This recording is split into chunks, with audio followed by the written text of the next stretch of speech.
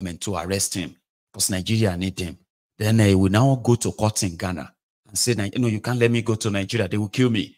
So the human rights, this or that. If he wins in Ghana, Ghana will give him asylum. And there's nothing Nigeria can do about that.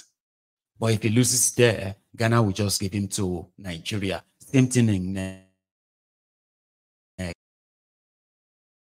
So Nigeria will need to return him back to Kenya. That's what the appeal court said. Return him to Kenya, apologize, and give him back every of his stuff you took from him. Then you remember Malamu now came out and said, no, they can't release him. The Supreme Court should, Supreme Court should, they should wait for Supreme Court. Waiting for Supreme Court is what extended it to December last year. Then Supreme Court sent it back to appeal court. Now appeal court is now playing the hanky-panky now. Nnamdi Kanu is saying, read what the Supreme Court gave to you. Binta Yako says, I have read it. None of it says I should let you go. What it says here is that you should be here now defending this allegation, these new charges. They've brought new charges. You should be here defending those new charges, not asking me to honor the Supreme Court. And if you continue to say you are not going to put up any defense and you're going to continue to ask for bail, then I am going to have to adjourn this court until further notice. That's what Nyanko said, which means until you write me and say you are now ready to put a defense that they have put up at the Federal High Court, Appeal Court, and they've been defeated. Currently, Nigeria is owing Nnamdi Kanu over 10 billion naira in court award judgment. Over 10 billion on top of this whole thing. They haven't paid. That's likelihood that they will never pay. So what they are saying now is that you need to come and defend all these things, these new allegations. So here is Nnamdi Kanu earlier today in the court, speaking directly to Nyako. But that's what you wrote. You said here, my lord, that the defendant has now applied for bail. Now, as I've said earlier, bail is a discretion of the court, taking into consideration all the conditions laid down in Muhammad Abacha v. State. At this stage, I am of the opinion that to make or take a stand on the bail application without first hearing and determining the issue that is glaring in the face, which is the absence of the defendant from the court since 25th of April 2017 until he was produced on the 29th of June. My lord, which was exactly what the Supreme Court did. They said that he did not jump bail. These criminals came to my house to kill me. That's what the Supreme Court said. This is in your own court, my lord. So I cannot understand, my lord, why my trial will be conducted contrary to the Constitution of Nigeria that said I must have free and unfettered access to my counsel. It's here. This is the law. But that's what you wrote. You said here, my lord, that. So he was reading the judgment in part, reading their own constitution in part, telling her what he said, but she was like, no. I deny the bail. So she denied the bail again. Not because they have respect for their laws. Remember that. But he knows they can't try him under your bogus law, the same one you don't respect. Right? Then he added this. Terrorism Prohibition and Prevention Act says I cannot be tried in Nigeria. That's the law of Nigeria. I can never be tried in any court of law in Nigeria. That's what the law says. Anybody standing in trial or coming to try me is a terrorist. That's what their law says. Section, not me. As simple as that.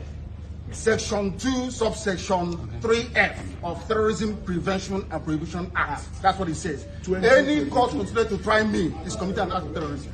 Yes. It's very clear. You cannot violate a treaty that Nigeria entered into and then come to try that very person. Is not done anywhere in the world. So you must be aware of that. So that is why there is all these ridiculous delays. That is what Supreme Court said. I did not jump bail. My home was invaded. They came to kill me and I survived. They came to Kenya to kidnap me, brought me back to this country and seeking to try me, which the law says cannot happen. You cannot violate a treaty that Nigeria entered into and then hope to stand on that illegality to conduct a trial. Is not done anywhere in the world. I have it in my case. Nobody has, there's no exception. No exception whatsoever. That's what the law says. Section 12 of your constitution, what does it say? Any treaty ratified by Nigeria becomes law. It's law. You cannot change it. It doesn't matter what they do. All these shenanigans is just pure rubbish. You never stand. Not with me. I believe in justice and fairness, that's all. Nigeria has signed to a standard, not to rendition. Prohibition and prevention. But Nigeria is a lawless country. Don't ever forget that. Ever. If you think you haven't become the direct victims yet, maybe you are one of those living in denial. You know, those people who tell themselves, you know, Nigeria is our country. We don't have any other one. Let us just pray and get yen like that. Pretending. This is, double-faced, like they say, it's not normal. But it's okay, it's normal, it's Nigeria. It is not normal. You cannot keep an innocent person in jail for the pleasure of a minute clique because they are scared. Do you understand that? If Nigeria begin to break up to parts, there will be new leaders, imagine, from all parts of what is today's Nigeria. And I promise you, none of those you see today would ever be seen anymore, not even in your regions. They know it. They do. And they can't let that happen. And therefore, they have to make their own personal fear. You would have nothing to lose if Nigeria break up. Right? If Nigeria becomes, let's say, a confederation, right? That's the closest that you can be to the real solution. When people ask you what is the solution to Nigeria's problems, the primary solution that a lot of you are shying away from because to you, it's not going to happen.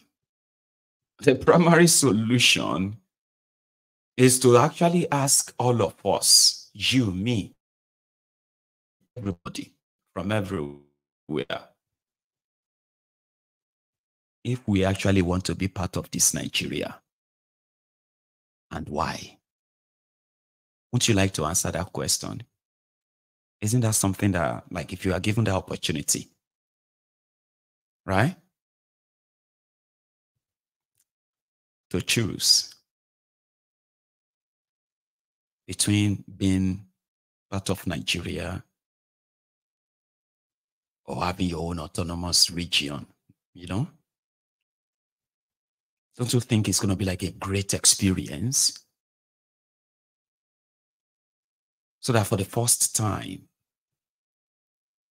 we can all actually be part of, like, number one, we can either be part of the creation of new countries, or we can actually be part of creation of a new Nigeria.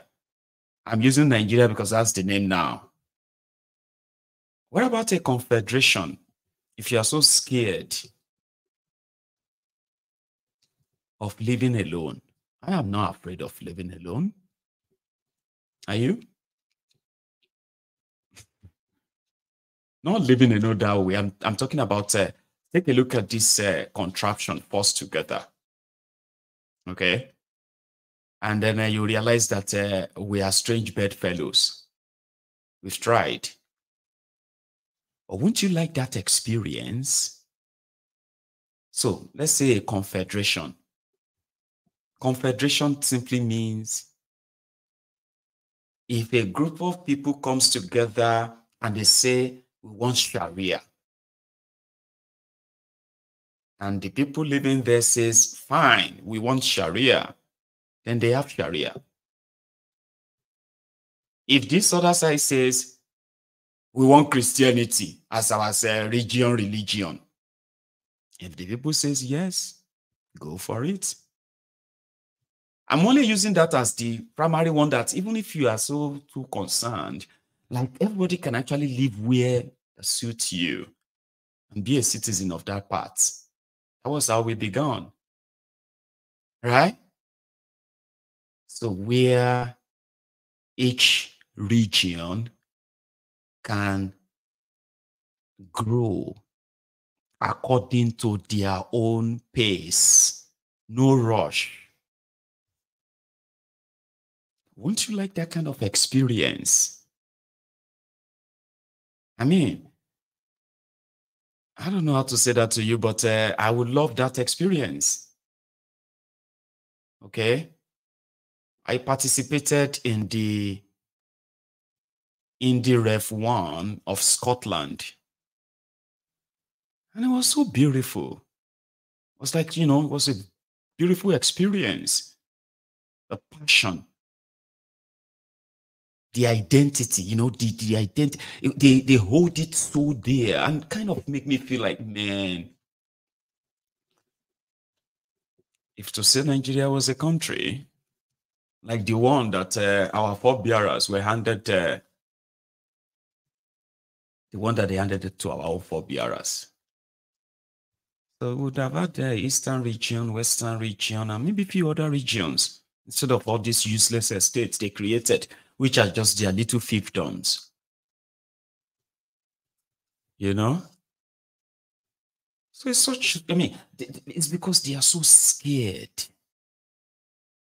They see Nigeria as a conquered territory, like their colonial masters, the puppet masters, sees it. And the rest of us, we are just like the game.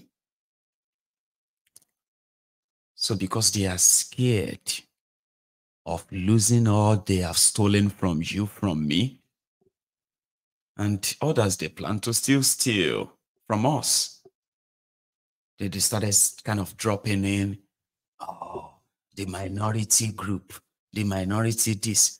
Let the minority decide where they want to be, and who decide who is minority? In a country that everyone should have equal rights on paper. So they are holding a man that was promoting dialogue, the one that is promoting conversation around who we are and why we deserve better. We should even ask for better, but you don't like his language. You don't like the way he talks. Because it's not saying sir, ma, yes, ma, and doing like that to tell you that you're going to get killed by this system if you don't do something. They make it sound like breaking up Nigeria is a bad thing.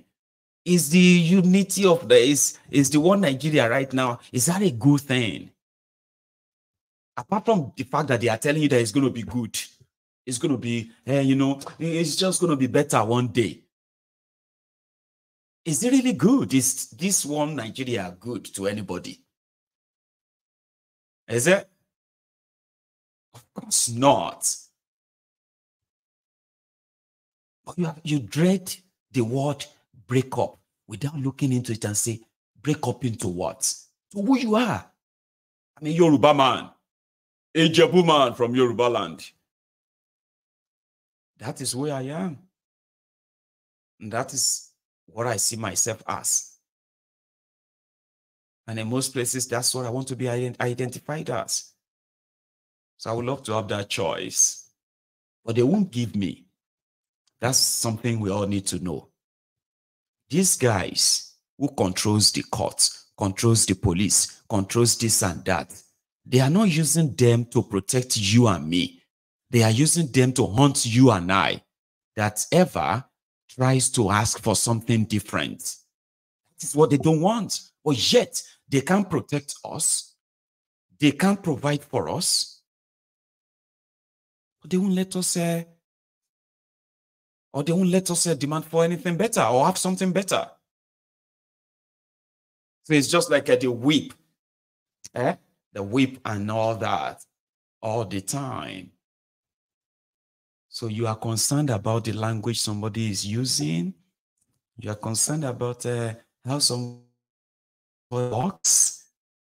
You're not concerned about what they talk about, which actually affects you. So Nnamdi Kanu, every day that they lock him up in there, they are martyring him, so to say. You know why? Because what Nnamdi Kanu was promoting, no single of it has anything to do with violence. And they know that.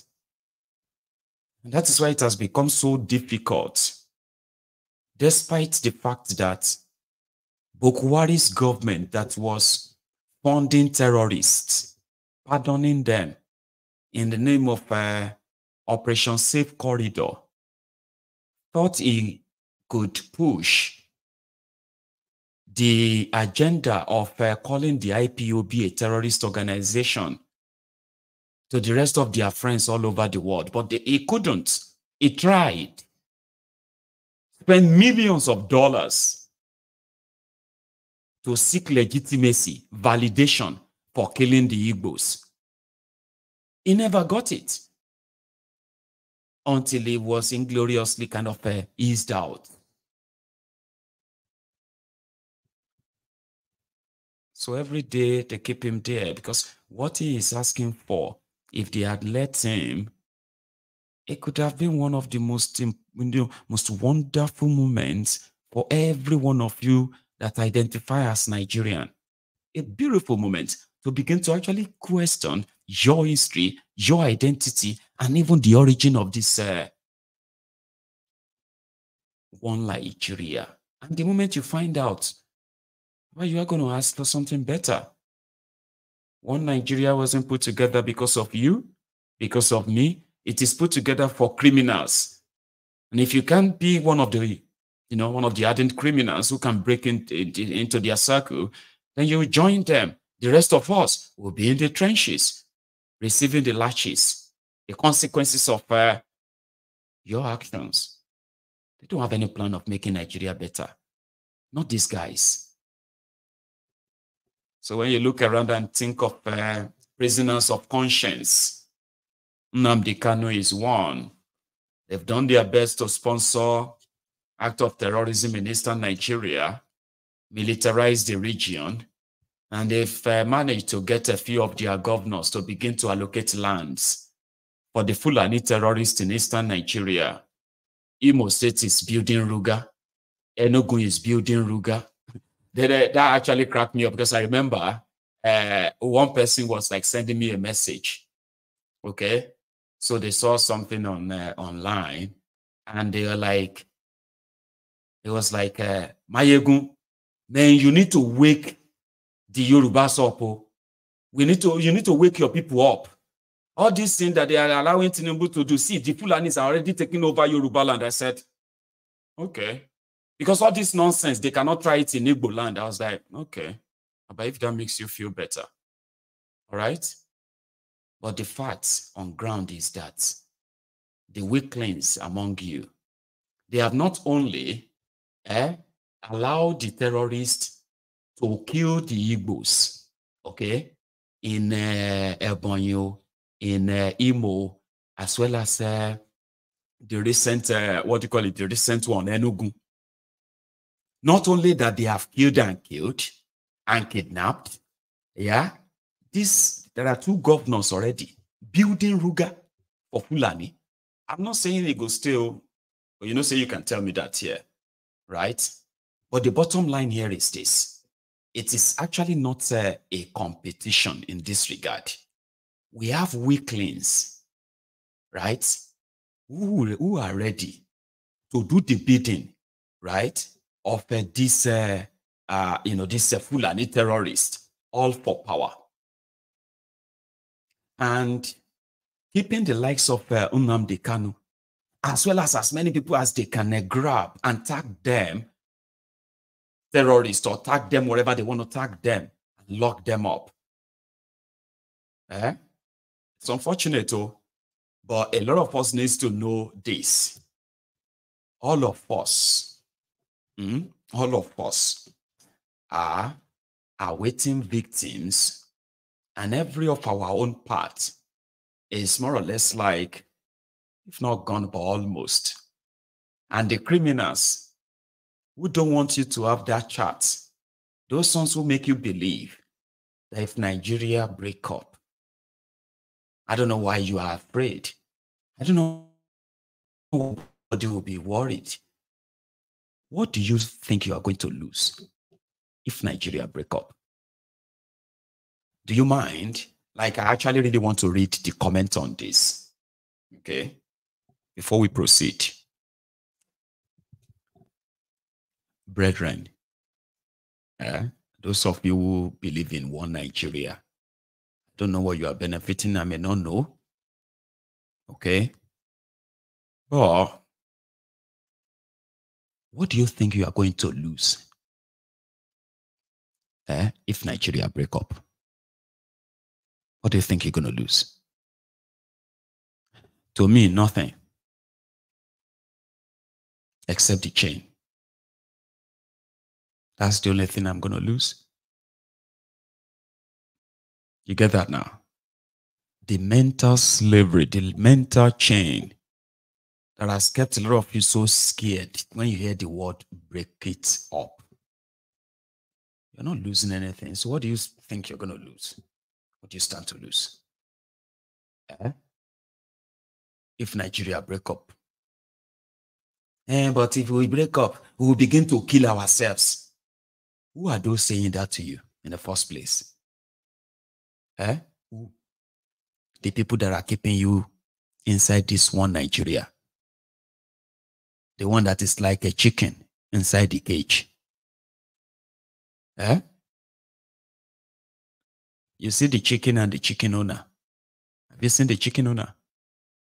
The way they pamper the chicken. They don't pamper the chicken because they love the chicken.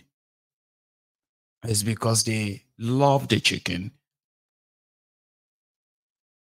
For meal later, yeah? So that's how Nigerians are. You're just like inside the cage. And they could just pick you anytime. Poor healthcare, police stray bullets, illegal raid, what do you call it? Fire incident, road accident, lack of, all of that stuff. You're like that chicken inside that cage that they just take anytime and they want. What do you think you're going to lose? And who is telling you that if the Igbos have Biafra, they will start fighting and killing themselves, other than those who are already killing you inside Nigeria? Who are those telling you that once the Yoruba nation comes, this one that we will start killing ourselves? Who are those?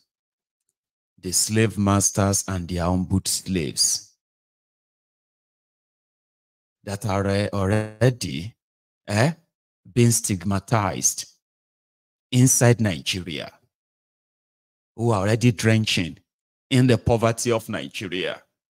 So what do you really want to really lose? The only thing you are going to lose when Nigeria break up is your chains, that mental chain. You see, those who are so scared to let us have that conversation now, they are the same people who removed history from your curriculum. Because history would have possibly told you a lot. It would have revealed so much about our identity and the people we have a lot in common with. The actions of those you call the heroes past, who are pretty much criminals past, would have been revealed. You won't worship them and you will never want to be like them. But they removed the history for a reason, just to further keep you deluded confused, and identityless, with no identity, or confused identity.